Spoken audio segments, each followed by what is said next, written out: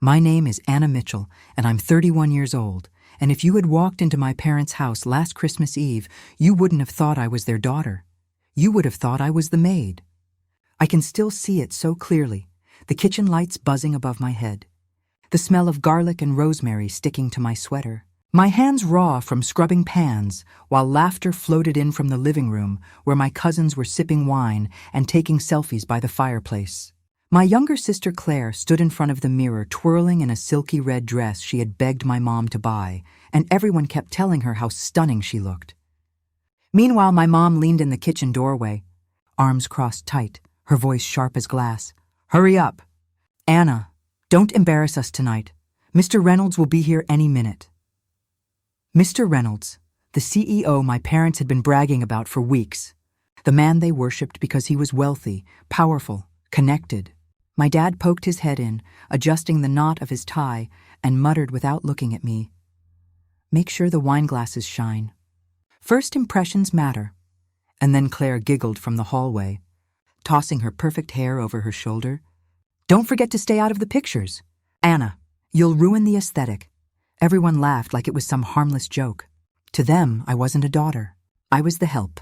And the truth is, it had been that way for as long as I could remember. Thanksgiving, Christmas, birthdays, anniversaries. I was the one behind the scenes, setting the table, cleaning the mess, carrying trays of food while my sister got praised just for showing up. And if I ever pushed back, my mom's voice would snap like a whip. "Family helps family. Stop acting selfish." My dad would stay silent, and that silence hurt more than words. For years I swallowed it, convincing myself it was normal, convincing myself maybe I didn't deserve more. But what they never bothered to ask was what I was doing with my own life when I wasn't stuck in their kitchen. Because outside these walls, I wasn't scrubbing dishes for anyone. I was running a company, my company, a business I had built from scratch after college, one client at a time, one sleepless night at a time. 42 employees counted on me for their paychecks. We had contracts across 3 states. And in less than 48 hours, I was scheduled to meet with the very same Mr. Reynolds my parents worshipped to finalize a multi-million-dollar partnership. That night, as I wiped down the counters with dish soap clinging to my hands, I felt something shift inside me. Every little humiliation, every time I'd been dismissed, every time my sister rolled her eyes or my mom barked an order, it all stacked up like heavy bricks on my chest. And I thought, what would happen if the man they were dying to impress saw me not as their servant, but as his equal? Would they still laugh then? Because here's the twist. They were about to find out. I kept quiet. I didn't brag. I didn't say a word. I just let them treat me like invisible help, because part of me wanted to see their faces when the truth came out. And trust me, that truth was coming. Fast forward to the day before the party. I was sitting in my apartment in the city, laptop open, notes spread everywhere, rehearsing the pitch I would deliver at headquarters. My phone buzzed. Mom's name flashed on the screen. I answered, and without even a hello, she said, "Dinner's at 7 tomorrow. We'll have 25 guests. Jonathan Reynolds will be there. Bring your apron. You know what to do." Just like that. No, please. No, thank you. No recognition of the career I had been building. Just an order, like I was on their payroll. "Mom, I can't," I said, my voice shaking but steady. "I have commitments. Work commitments." She actually laughed, sharp and bitter. "What work? Don't embarrass us. Anna, don't make this about you." In the background, I could hear Claire's laughter, muffled but cruel, as if the very idea of me having something more important than polishing silverware was a joke. My dad's voice came through the line, flat and tired. "Just do it, Anna. It's one night." My chest tightened, my pulse raced, but for the first time in my life, I said no. "I'm sorry," I told them. "I can't do it," and I hung up. That single decision felt like tearing off invisible chains that had bound me for 31 years. But it also set off a storm I could already see brewing, because my parents weren't used to me saying no. They weren't used to me choosing myself. They weren't ready for the moment when the CEO they worshipped would look me in the eye, smile and say the words that would flip my entire family dynamic upside down. "Hello, boss?" And here's the thing. You probably want to know how that night unfolded, how one holiday dinner spiraled into chaos, How every lie my parents told to save face unraveled in front of their friends. I'll tell you. But first, do me a favor. Hit like and subscribe if you love stories where karma finally shows up, and tell me in the comments where you're watching from. I read every single one. Because trust me, you're going to want to hear how the same people who called me the family servant were forced to watch me step into the one role they never believed I could own. The next evening, while my parents' house glowed with fairy lights strung across the porch and the driveway filled with shiny black cars, I was miles away, sitting on a plane headed for New York with my laptop balanced on the tray table, going over slides for my meeting. I wasn't there to see it firsthand, but the voicemails, the frantic texts, and eventually the whispers from relatives painted a picture so vivid I could almost smell the disaster. Guests began arriving around 6:30. Men in tailored suits shaking snow from their coats. Women in glittering dresses stepping carefully on the stone walkway, the kind of people my parents lived to impress. They expected champagne flutes, hors d'oeuvres, the smell of roasted lamb drifting from the kitchen. Instead, what they got was chaos. My mother had assumed I'd give in like always, that I'd be there sweating over the stove, timing the sides, basting the roast. Without me, she tried to handle it all herself, with Claire half-heartedly chopping vegetables while scrolling on her phone. By 7, the roast was still raw, the salad unwashed, the kitchen a disaster zone. My father ran back and forth to the wine cabinet, pouring glass after glass to distract the guests, muttering, "Dinner will be served shortly." His face flushed crimson. And then came the moment they had been waiting for. Mr. Jonathan Reynolds arrived, stepping through the door in a charcoal overcoat, his presence so commanding that conversation faltered. My mother fluttered toward him, cheeks pink, her laugh high and nervous. "Mr. Reynolds, what an honor! Please make yourself at home." He smiled politely, but the smell of burned potatoes was already seeping through the air. They herded him into the living room, seating him in the best chair near the fireplace, while in the kitchen, smoke poured from the oven. Claire hissed at Mom, "This is a disaster!" And Mom snapped back, "This is Anna's fault. She abandoned us." At that exact moment, my phone buzzed in the airplane cabin, a voicemail notification. I didn't listen until I landed hours later, but her voice still echoes in my ears. "Anna, you embarrassed us. Mr. Reynolds is here and the dinner is ruined. I can't believe you'd sabotage your own family. Everyone is asking questions. You've humiliated us." There was another message, my father this time, his voice low and angry. "We told Mr. Reynolds you've been struggling, that you weren't in the right headspace. It was the only way to explain why you weren't here. Don't make us regret defending you." My hands clenched so hard the phone nearly cracked. Defending me? They had lied to save their own pride, painting me as unstable, unreliable, weak, when the truth was I was stronger than ever. On social media, I saw the cracks forming too. Photos posted by relatives, a sad buffet of takeout boxes poured onto china plates, comments like, "Not what I expected," beneath filtered snapshots of the living room. The party that was supposed to cement their status had become a whispered embarrassment. And all of it, they decided, was my fault. I sat in my hotel room that night, the city lights flickering beyond the window, scrolling through their messages again and again.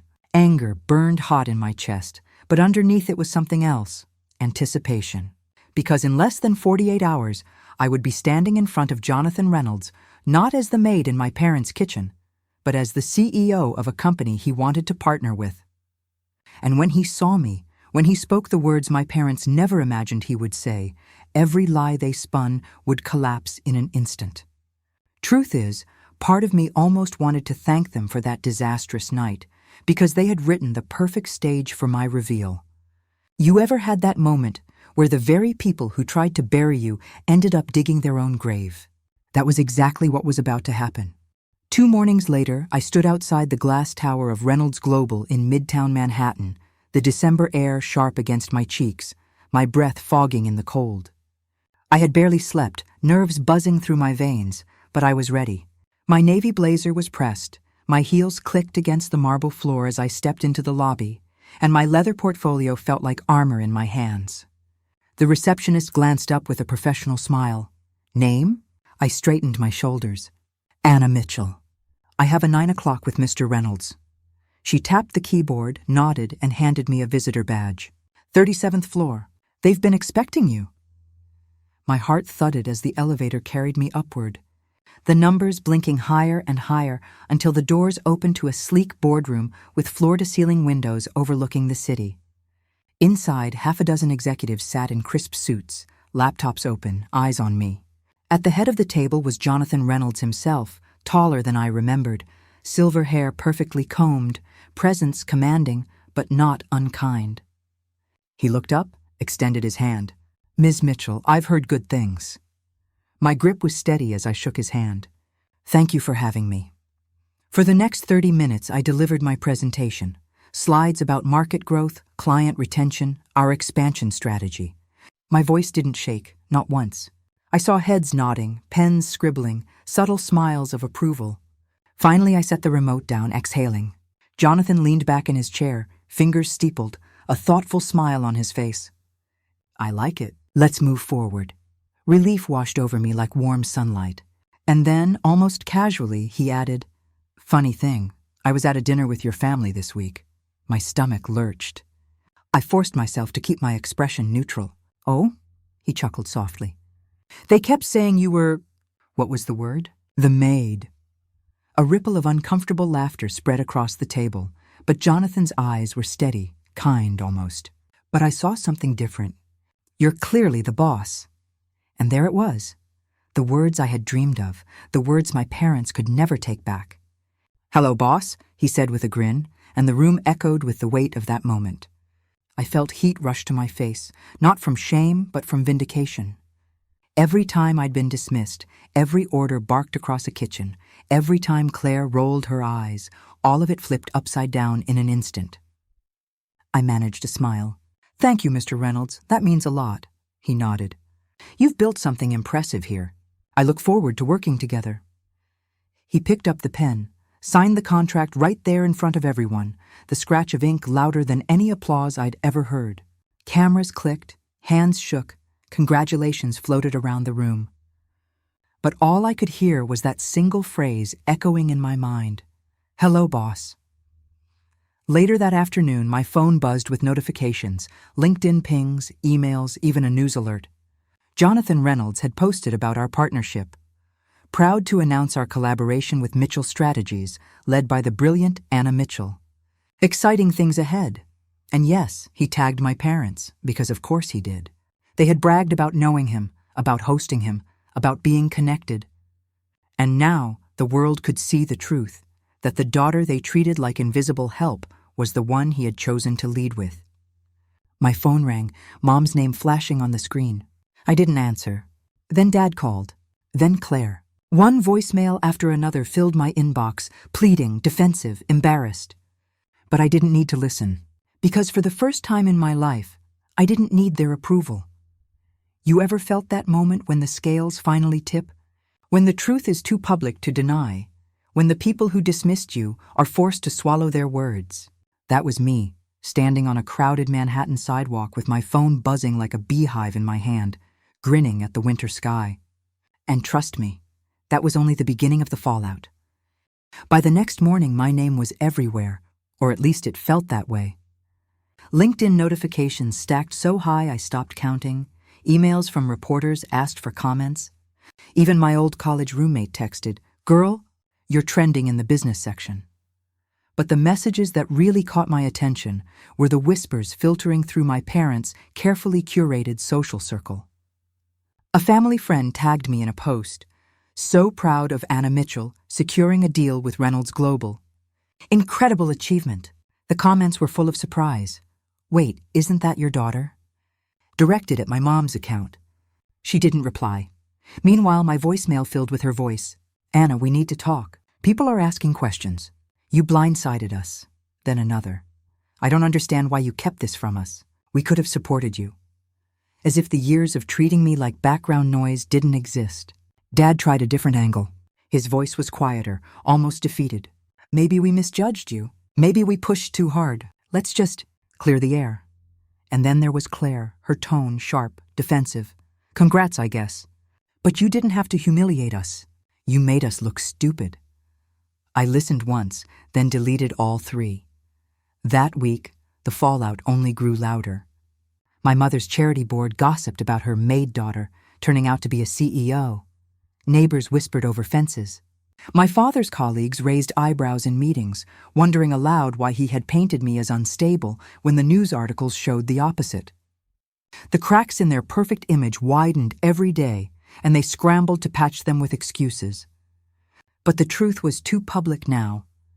One night, as I left the office late, my phone buzzed again. A text from Mom. "We're hosting Sunday dinner. Please come. We need to present as a united family. Present." That word stung. Not, "we want to see you," or "we're proud of you," just, "we need to present." It was always about appearances. For a moment I considered ignoring it, like all the others. But something in me shifted. Maybe it was the memory of Jonathan Reynolds' smile. Maybe it was the way my employees had celebrated the deal with sparkling cider in the break room. Maybe it was simply 31 years of being underestimated. I realized I didn't need their approval, but I did need closure. So I typed back, "I'll come, but on my terms." That Sunday I drove back to the house I once called home. The driveway was lined with familiar cars, laughter drifted from inside, but this time I didn't feel like the servant arriving to work. I felt like a guest, no, more than that, like someone about to reclaim her place. Inside, the table gleamed with silverware, catered dishes steaming in chafing trays. They hadn't dared cook themselves this time. My mom rushed toward me, her smile brittle. "Anna, you made it." My dad offered a stiff handshake, awkwardly pulling me into a hug. Claire sat at the far end, her eyes darting between me and her phone. For a moment the room buzzed with small talk, forced compliments, relatives pretending nothing had happened. But then the questions started, neighbors asking about the deal, cousins whispering about the LinkedIn post, an aunt blurting out, "Why didn't you tell us, Anna?" We would have been so proud. My mom's smile faltered. My dad cleared his throat. All eyes turned to me. I placed my hands on the table, steady, calm. "Because you never asked," I said simply. Silence fell heavier than the clink of cutlery. Claire scoffed, muttering, "Drama queen," but no one laughed with her this time. It was the first time I felt the shift, the power tilting, the narrative unraveling. And yet, deep inside, I knew the real turning point hadn't come. Not yet, because Jonathan Reynolds had promised to drop by for dessert. And when he walked through that door in front of everyone, my parents would hear the words that would etch the truth into stone. The air inside the dining room felt heavy, like everyone was waiting for something to happen. The catered food sat untouched on silver trays, steam curling into the air, but no one seemed hungry. My mother kept fussing with her napkin, folding and unfolding it, while my father tapped his glass absent-mindedly. Claire scrolled through her phone, her lips pressed into a thin line, shooting me little glances like she was daring me to slip up. I sat straight backed at the table, calm, steady, my hands wrapped around a glass of water. The conversation drifted awkwardly until the doorbell rang. Every head turned. My mother leapt to her feet. "That must be him," she whispered, almost breathless. She hurried to the door, smoothing her blouse, my father right behind her. A moment later, Jonathan Reynolds stepped into the room, shaking off the December chill, his presence filling the space instantly. Gasps rippled around the table. My mother gushed, "Mr. Reynolds, what an honor. Please join us. We're so grateful you came." He smiled politely, shaking her hand, then my father's, but his eyes were already scanning the room. And then he saw me. His face broke into a warm smile as he strode over, ignoring the others. "Anna," he said, his voice carrying clearly across the stunned room. "Good to see you again." "Hello, boss." The words seemed to hang in the air, echoing against the crystal glasses and polished wood. My relatives froze. My mother's face drained of color. My father blinked like he hadn't heard right. Claire's phone slipped from her hand and clattered to the floor. I smiled, standing to shake his hand. "Mr. Reynolds, thank you for coming." He chuckled, gesturing around. "I didn't realize you had such a big fan club here. Your parents spoke of you the other night, but it seems they left out a few details."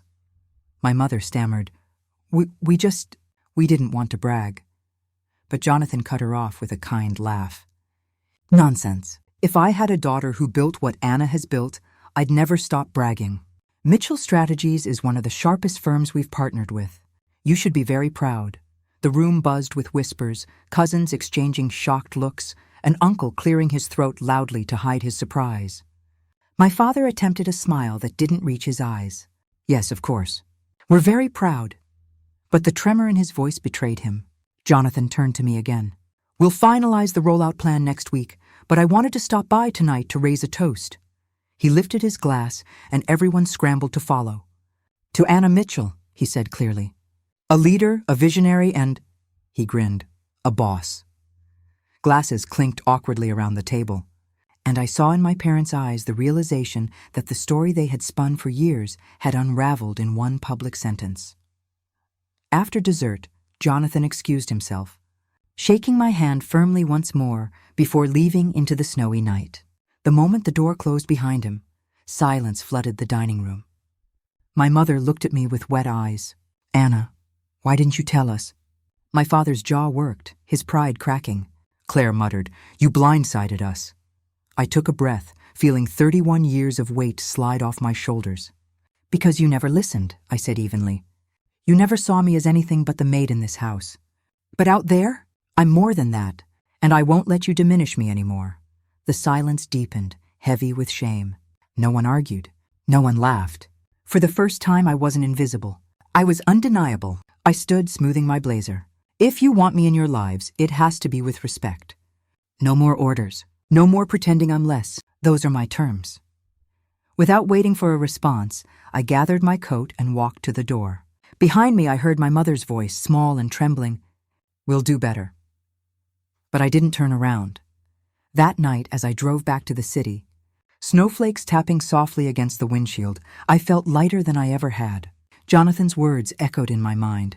Hello, boss. It wasn't just a greeting. It was validation, vindication, a rewriting of the role I had been forced into since childhood.